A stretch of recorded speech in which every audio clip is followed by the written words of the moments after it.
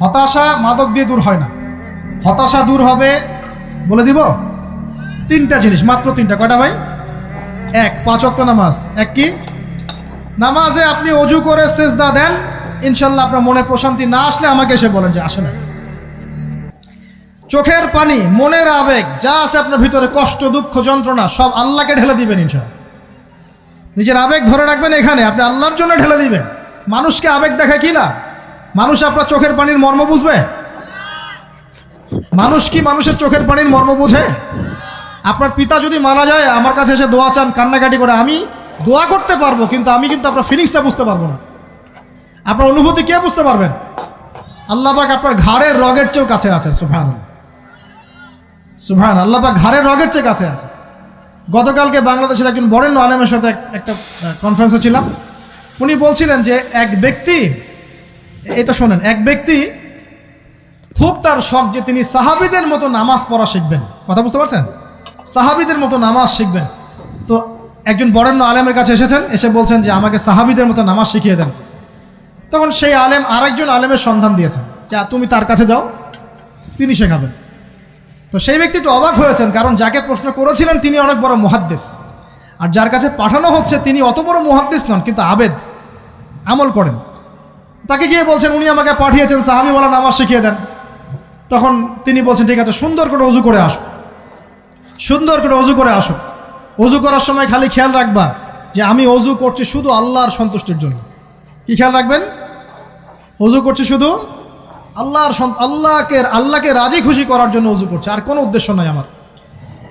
অজু করতে যাচ্ছে, তিনি আবার বলছেন দাঁড়াও, শুধু আল্লাহকে রাজি খুশি করার জন্য অজু করো। আবার শুরু করছেন, আবার বলছেন শোনো, শুধু আল্লাহকে রাজি খুশি করার জন্য অজু করো। এভাবে বলতেই আছেন। নামাজে দাঁড়িয়েছেন, দাঁড়ানোর আগে বলছেন শোনো, শুধু আল্লাহকে রাজি খুশি করার জন্য নামাজ পড়ো। বলতেই আছেন। এক পর্যায়ে সে ব্যক্তি নামাজ শুরু করলো। নামাজে মনোযোগ এদিক ওদিকে যায়, আর তার মাথায় এটা আসে, এই শুধু আল্লাহকে রাজি খুশি করার জন্য আমাকে নামাজ পড়তে হবে, শুধু আল্লাহকে রাজি খুশি করার জন্য নামাজ পড়তে হবে। এই চিন্তা তার মনের মধ্যে ঘুরপাক খাচ্ছে। এভাবে নামাজটা সে শেষ করে চিন্তা করছে যে নামাজ তো পুরোপুরি মনোযোগ দিতে পারলাম না। বারবার মাথার মধ্যে এরকম চিন্তা আসছে, আল্লাহ আমাকে তো মাফ করে দাও, নামাজটা আমার মনে হলো না ঠিক মতো। তখন সে ফিরে এসে তার সে ওস্তাদকে বলছেন আমার তো নামাজ এরকম করে পড়লাম, কিন্তু শেষমেশ মনে হলো যে নামাজটা হয়তো কবুল হয় নাই, আল্লাহর কাছে খুব মাফ চাইলাম, আল্লাহ আমাকে মাফ করে দাও, নামাজটা মনে হলো না। তখন সেই যে প্রথম ব্যক্তি যিনি পাঠিয়েছেন তিনি বলছেন এটাই হলো সাহাবীওয়ালা নামাজ। তারা আল্লাহকে রাজি খুশি করার জন্য নামাজ পড়তেন, নামাজ শেষ করে আল্লাহর কাছে ইস্তেগফার করতেন, আল্লাহ কিছুই হলো না। আমার কথা কি বুঝতে পারছেন? অতএব আল্লাহকে রাজি খুশি করার জন্যে আপনি আপনার আবেগ, আপনার ইবাদত সব ঢেলে দিবেন ইনশাআল্লাহ। অন্য কারো কাছে কিছু পাওয়ার আশা করব। আমাকে আল্লাহ পাঠিয়েছেন দুনিয়াতে নামাজ পড়তে, রোজা রাখতে, দিনের প্রচার করতে, দিনের জ্ঞান অর্জন করতে, এই তো। তা আমি একজন মেয়ের জন্য জীবন নষ্ট করে দিব কেন? আমি তাহলে আল্লাহর কাছে কি মুখ দেখাবো, আর নবীর কাছে কি মুখ দেখাবো? ওখানে গিয়ে বলবো আল্লাহ আমি আমার অমুক প্রেমিকার জন্য আশেক হয়ে একদম জীবন দিয়ে দিয়েছি, আত্মহত্যা করেছি। গেছে ভাই, যাইতে দেন। যে ব্যক্তি আপনার অবস্থানকে মূল্যায়ন করে নাই সে আপনার যোগ্য ছিল না। এখন আপনি কি করবেন? নিজের অবস্থান উন্নত করেন, আপনার পিছনে লাইন ধরে ঘুরবে ইনশাআল্লাহ। এটাই বাস্তবতা। দুনিয়া খুব খারাপ জিনিস। মানুষের অবস্থানকে মূল্যায়ন করে, মানুষের অবস্থানকেই মূল্যায়ন করে, কিন্তু আল্লাহ রাব্বুল আলামিন আপনাকে সর্বাবস্থায় ভালোবাসেন। আলহামদুলিল্লাহ। এই যে আমরা এখন অনেক পাপ করছি না, আল্লাহ কি আমাদেরকে আযাব দিয়ে ধ্বংস করে দিয়েছেন? আল্লাহ পাক এখনো আমাদেরকে ভালোবাসেন, রহম করেন, আল্লাহ পাক অপেক্ষা করছেন কখন তওবা করবে, আমি তওবা কবুল করব। এই কখন আমার বান্দা খালি একবার বলে আস্তাগফিরুল্লাহ, আল্লাহ পাক সাথে সাথে মাফ করে দেবেন ইনশাআল্লাহ। আর সেই আল্লাহকে ভুলে আপনি কার পিছনে ছুটছেন? আমরা কিন্তু নিয়াত করতে পারি ভাই যে আমরা যারা ওয়াজ শুনলাম জীবনে কোনোদিন সিগারেটে হাত দিব না ইনশাআল্লাহ। রাজি আছি ভাই? অন্য বড় বড় জিনিস তো বহুত দূরের কথা। আচ্ছা, অনেকে রাজি হয় নাই কেন? আপনারা কি অলরেডি আসক্ত?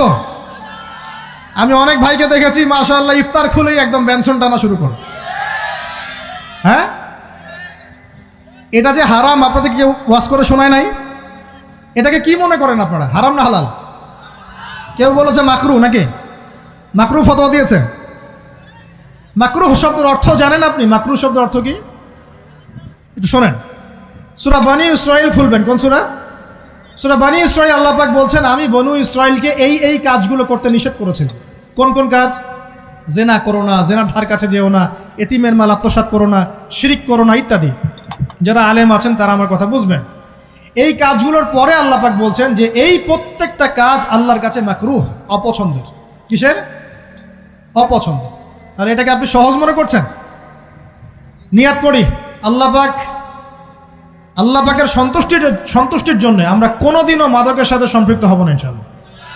আর বিশ্বাস করেন, শুধুমাত্র মাদকদ্রব্য নিয়ন্ত্রণ অধিদপ্তর এই আইন কানুন এগুলো দিয়ে, জরিমানা দিয়ে মানুষকে মাদক ছাড়ানো যাচ্ছে না, যাবে না। কেন যাবে না এটা আপনারা খুব ভালো করেই জানেন, আমি বলতে চাচ্ছি না। অনেক সময় মাদক বিরোধী কনসার্ট করে মানুষ।